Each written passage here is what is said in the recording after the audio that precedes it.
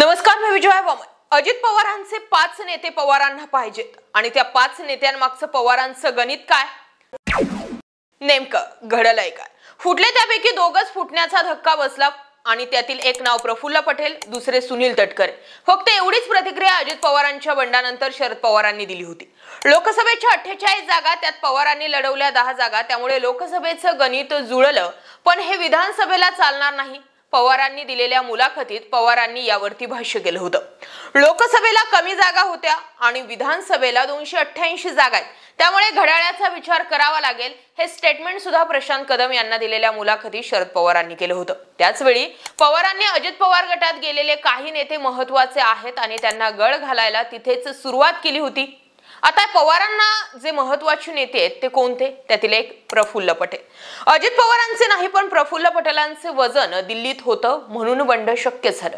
लक्षात घ्या, महाराष्ट्राच्या राजकारणामध्ये घडलेल्या एका आश्चर्यकारक वळणावरती राष्ट्रवादी काँग्रेसचे 66 वर्षीय नेते प्रफुल्ल पटेल यांनी स्वतःला एक उत्तम डावपेचकार म्हणून प्रस्थापित केले।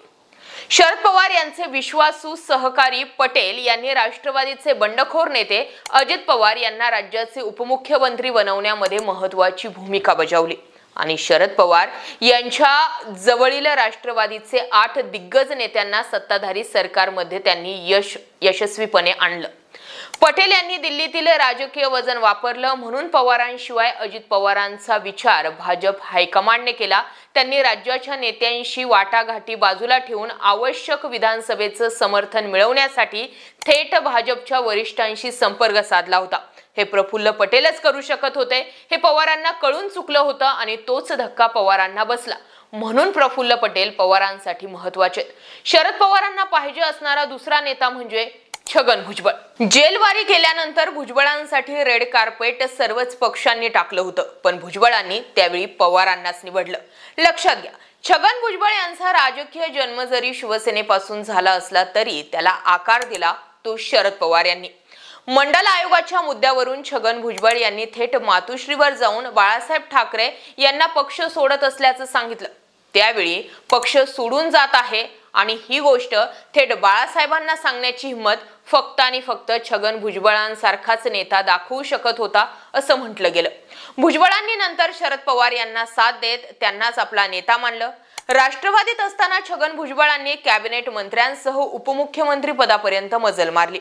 अलीकडच्या काळामध्ये भुजबळांनी अजित पवार यांच्या भूमिकेला पाठिंबा देत त्यांच्या सोबत जाण्याचा निर्णय घेतला, परंतु नेहमी चर्चा हीच होत राहते की भुजबळ हा पवारांचाच माणूस आहे, कारण भुजबळ महायुतीत नाराज आहेत।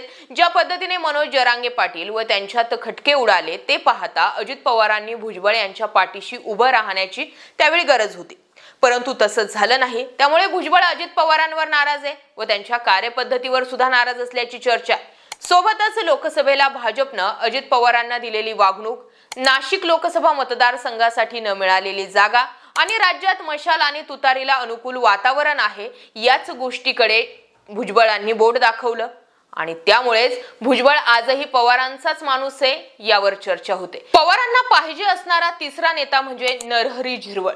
नरहरी झिरवळ हे फुटले ते पवारांच्या मर्जीत राहून त्यावेळी जर वाटेल त्यावेळी त्यांना रिटर्न बोलवता येईल असं बोललं जातं। नरहरी झिरवळ हे अखंड राष्ट्रवादीत असताना शरद पवार यांच्या अगदी जवळचे नेते मानले जात होते। आता ते जरी अजित पवार यांच्या सोबत असले तरी अजित पवार गटाच्या अनेक कार्यक्रम व प्रचार सभांमध्ये त्यांची अनुपस्थिती दिसून आलेली आहे।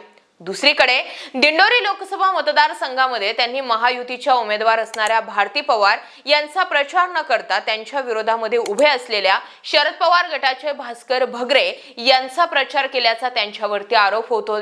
नरहरी झिरवळ हे पवारांच्या विरोधात बोलत नाहीये आणि अजित पवारांसोबत असलेले बरेच नेते आजही पवारांच्या मर्जीतीलच असल्याचं बोललं जातंय।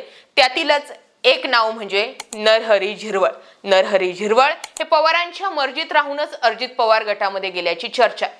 अजित पवार गटाचं आणखी एक महत्त्वाचं नाव व ज्येष्ठ नेते असलेले दिलीप वळसे पाटील। वळसे पाटील फुटले यावर आजही कुणी विश्वास ठेवत नाही, कारण पवारांनी त्यांच्यावर न केलेली टीका। लक्षात घ्या, लोकसभा निवडणुकांनिमित्त वळसे पाटील लोकसभा निवडणुकींच्या प्रचारापासून लांब राहिल्याचं दिसून आलं।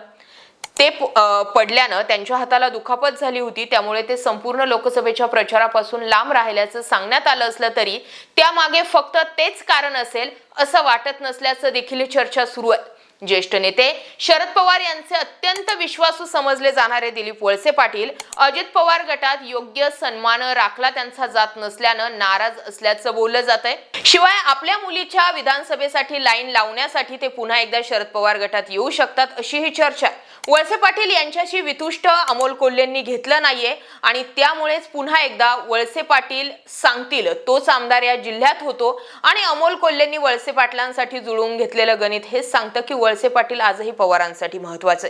पवारांसाठी मुंडे आणि मुंडेंसाठी पवार महत्त्वाचे। पुढचं नाव धनंजय मुंडे।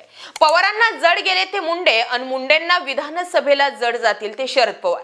यंदाच्या लोकसभा निवडणुकीत बीडमध्ये पंकजा मुंडे व बजरंग सोनवणे यांच्यामध्ये काट्याची लढत बघायला मिळते। अशात पंकजा मुंडे यांचा पराभव झाल्यास त्या पुन्हा एकदा विधानसभेच्या तयारीला लागू शकतात। मग अशा वेळी महायुतीत परळीच्या जागेवरून पुन्हा पंकजा मुंडे व धनंजय मुंडे आमने सामने येण्याची शक्यता सुद्धा नाकारता येत नाहीये।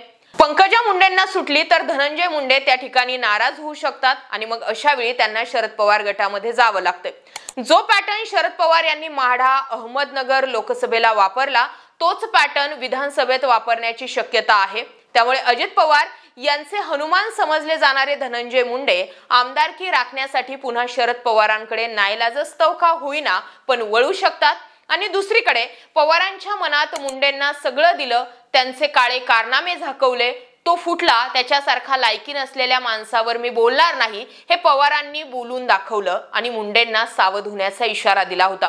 पण रिअल फॅक्ट हेच आहे की पवारांना जड गेले ते मुंडे आणि मुंडेंना विधानसभेला जड जातील ते शरद पवार आणि या जड जाण्याच्या भूमिकेपेक्षा अजित पवार म्हणा किंवा अजित पवारांसोबत गेलेला गट आहे त्या गटातील बडे नेते जे आहेत ते शरद पवारांकडे वळू शकतात आणि पुढे जाऊन जर धनंजय मुंडेंना शरद पवार डोईजर ठरतात असं वाटू लागलं तर धनंजय मुंडे सुद्धा शरद पवारांकडे परततील आणि पवारांना सुद्धा धनंजय मुंडे हे महत्त्वाचे आहेत।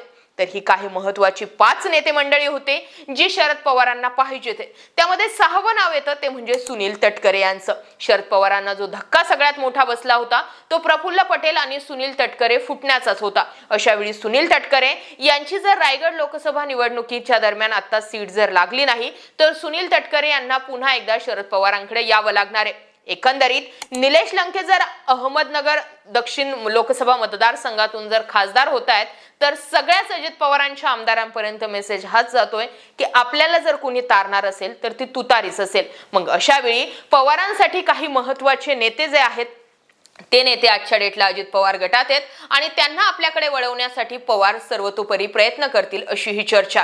आता याबाबत तुमचं काय मत आहे कमेंट सेक्शनला जरूर व्यक्त व्हा। जय महाराष्ट्र पब्लिक।